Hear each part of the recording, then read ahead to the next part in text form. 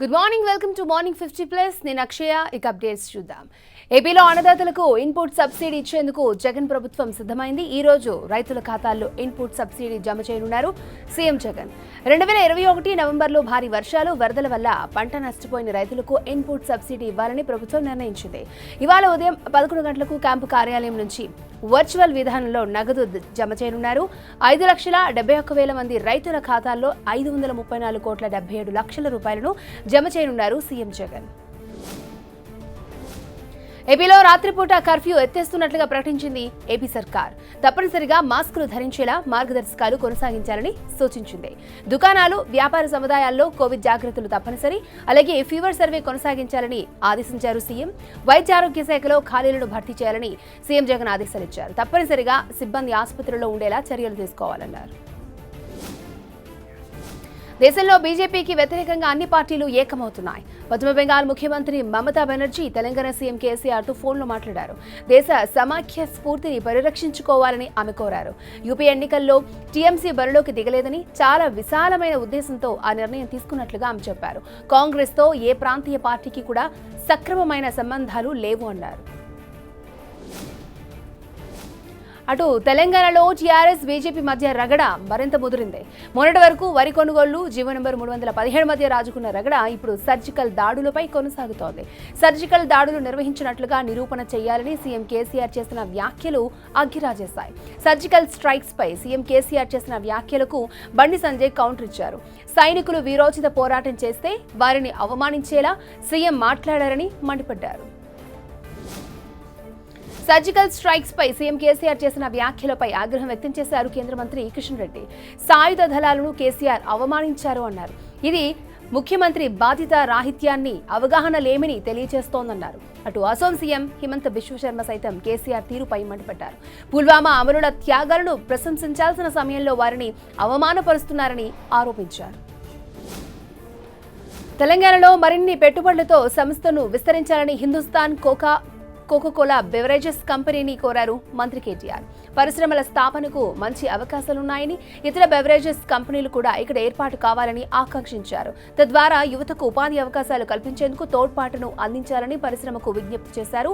ఇక్కడ కోకోకోలా సంస్థ ఉండడం తమకెంతో గర్వకారణమన్న ఆయన, రాష్ట్ర ప్రభుత్వం అమలు చేస్తున్న విధానాల వల్ల ప్రపంచంలోని ప్రఖ్యాత కార్పొరేట్ కంపెనీలకు తెలంగాణ నిలయంగా మారిందని తెలిపారు. ఏపీ ప్రభుత్వంపై టీడీపీ అధినేత చంద్రబాబు ఫైర్ అయ్యారు. అజెండాలో హోదా, ఘనత తమదేనని చెప్పుకున్న వైసీపీ నేతలు ఇప్పుడు టీడీపీపై బురద చల్లుతున్నారని ఆగ్రహం వ్యక్తం చేశారు. హోదాపై యుద్ధం చేస్తామన్న వైసీపీ పలాయనవాదం వినిపిస్తోంది అన్నారు. ఏపీ ఆర్థిక వ్యవస్థను నాశనం చేశారని మండిపడ్డారు. లేని సమస్యను సృష్టించి సినిమా హీరోలను ఘోరంగా అవమానించారు అన్నారు. ప్రపంచ స్థాయికి ఎదిగిన తెలుగు సినిమా పరిశ్రమను కించపరిచారని విమర్శించారు బాబు. ప్రత్యేక హోదా అంశం తొలగింపుపై కేంద్ర హోంశాఖ సెక్రటరీ అజయ్ కుమార్ భల్లాకి బీజేపీ ఎంపీ జీవీఎల్ నరసింహారావు లేఖ రాశారు. సబ్ కమిటీ సమావేశం ఎజెండా నుంచి ప్రత్యేక హోదా వంటి అంశాల తొలగింపుపై స్టేట్మెంట్ విడుదల చేయాలని కోరారు. ఎజెండాలో పెట్టాల్సిన అంశాలను అధ్యయనం చేయడానికి మరొక ప్రత్యేక కమిటీ ఏర్పాటు చేయాలని విజ్ఞప్తి చేశారు. ఫిబ్రవరి 17న జరిగే సమావేశంలో మొదటి అజెండాలో 9 అంశాలుండగా సవరించిన అజెండాలో 5 అంశాలకు తగ్గించడానికి గల కారణాలను వివరించాలని కోరారు. భారత రాష్ట్రపతి రామ్నాథ్ కోవింద్ ఈ నెల 20న విశాఖ పర్యటనకు రానున్నారు. ప్రెసిడెన్షియల్ ఫ్లీట్ రివ్యూ సందర్భంగా 3 రోజుల పాటు విశాఖలో ఆయన పర్యటించనున్నారు.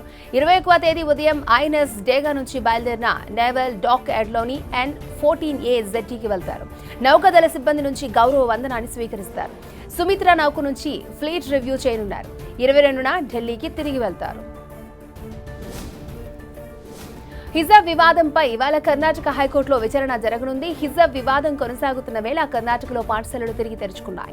విద్యాసంస్థల్లో విద్యార్థినులు హిజాబ్ ధరించడంపై రాష్ట్రంలోని 2 జిల్లాల్లో వివాదం ప్రారంభమైంది. క్రమంగా ఇది చిలికి గాలివానలా మారింది. రాష్ట్రంలోని ఇతర జిల్లాలకు వ్యాపించింది. దీంతో రాష్ట్రంలో విద్యాసంస్థలను మూసేస్తున్నట్లుగా ప్రభుత్వం గత మంగళవారం ప్రకటించింది.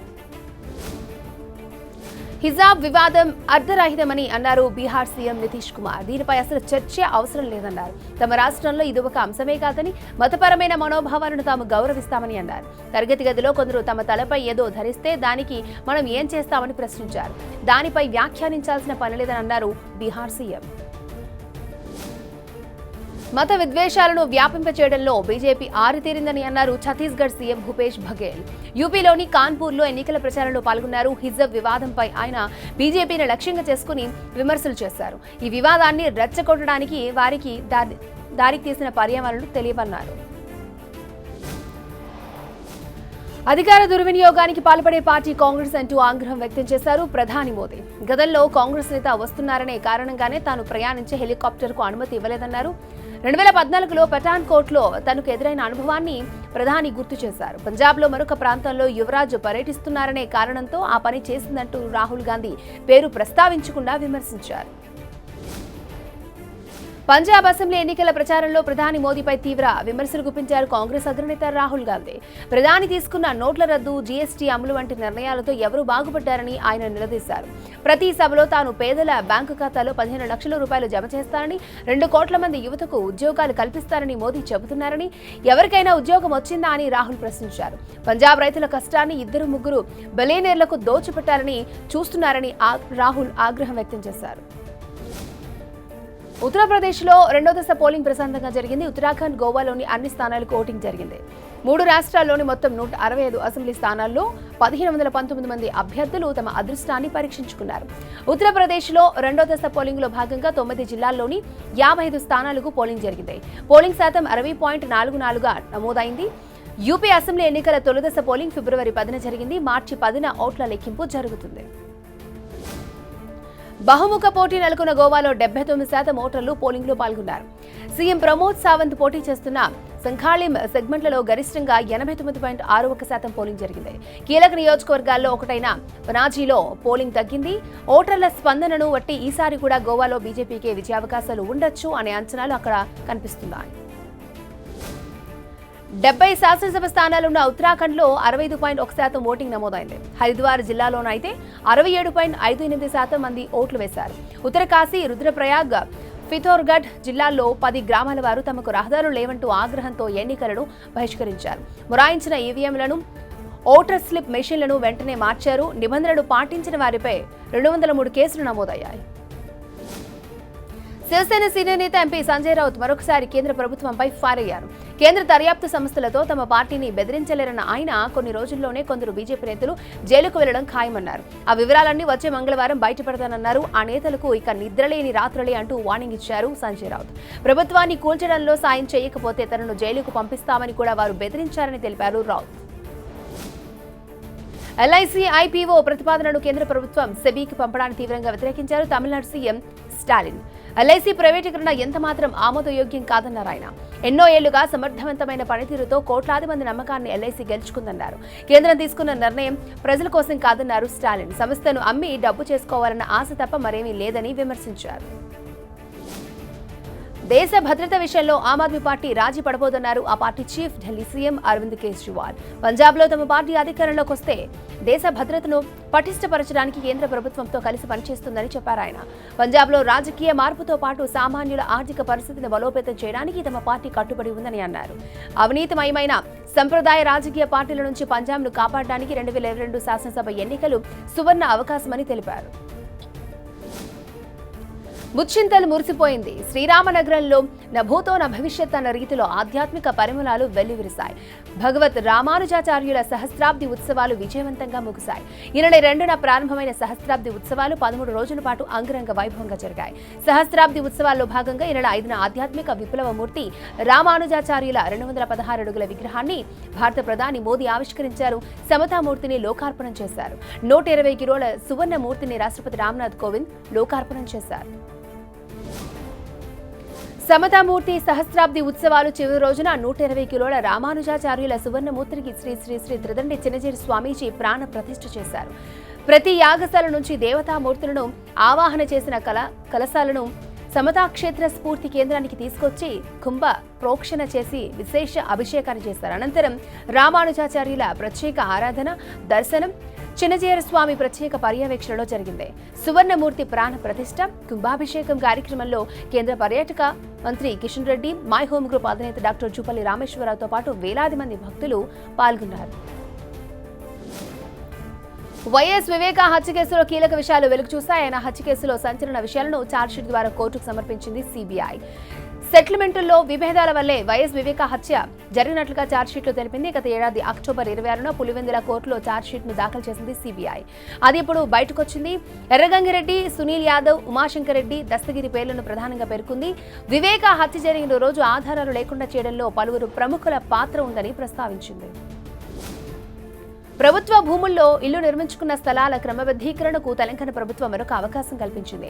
58, 59 జీవోల కింద జారీ చేసిన ఉత్తర్వులకు లోబడి క్రమబద్ధీకరణ కోసం మళ్లీ దరఖాస్తులను స్వీకరించనుంది. ఇందుకోసం మీ సేవా కేంద్రాల ద్వారా ఈ నెల 21వ తేదీ నుంచి మార్చి నెలాఖరు వరకు దరఖాస్తులు స్వీకరించనున్నారు. 2014 జూన్ 2వ తేదీ కటాఫ్గా క్రమబద్ధీకరణ చేయనున్నారు. ఉత్తర్వులకు అనుగుణంగా 125 చదరపు గజాల్లోపు స్థలాలను ఉచితంగా క్రమబద్ధీకరిస్తారు. జనవరి నెల వేతనాలు, పెన్షన్లు ఇంకా చెల్లించలేదంటూ ఏపీ జెన్కో ఉద్యోగులు, పెన్షనర్లు ఆందోళన వ్యక్తం చేస్తున్నారు. ఈ క్రమంలో వేతనాలు, పెన్షన్లు చెల్లించాలని కోరుతూ నేటి నుంచి సహాయ నిరాకరణకు వెళ్లాలని విద్యుత్ ఉద్యోగుల జేఏసీ నిర్ణయించింది. రాష్ట్ర ఇంధన శాఖ కార్యదర్శికి విద్యుత్ ఉద్యోగుల జేఏసీ లేఖ రాసింది. ఈ రోజు నుంచి జెన్కో సంస్థల్లో సహాయ నిరాకరణ చేపడుతున్నట్లుగా వెల్లడించింది. వేతనాలు చెల్లించే వరకు సహాయ నిరాకరణ కొనసాగుతుందని స్పష్టం చేసింది.